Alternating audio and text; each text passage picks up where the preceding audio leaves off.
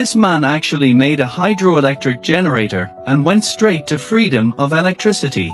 The man returned to his rural home in anger because he was fired from his company. Life in the countryside is good, but watching TV at night costs a lot of electricity. So he decides to make a generator. Here you can see that he drew a figure on a PVC plastic sheet and cut it out. Then he got a 90 PVC pipe and made turbine blades by heating the cut pieces of plastic. Next, all the blades were made and glued to the PVC pipe.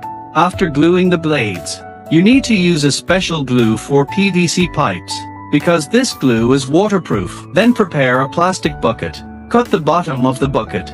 Then apply special adhesive to the lid edge of the bucket, and then stick the chain to it. Here we should pay attention to be sure to paste firmly, because this is the power transmission components.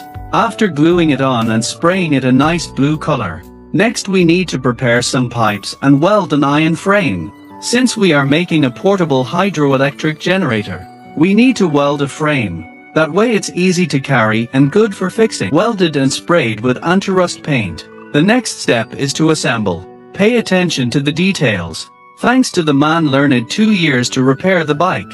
Hands-on ability is strong. Not a moment later, the whole generator is installed. Get the water installed to try the effect. Just see the turbine plastic barrel rotating madly. Chain-driven pinion. The speed is upgraded to a higher level.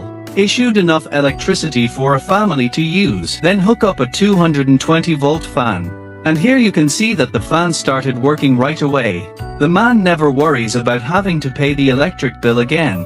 What do you think of this production? How many points would you be willing to score out of 10?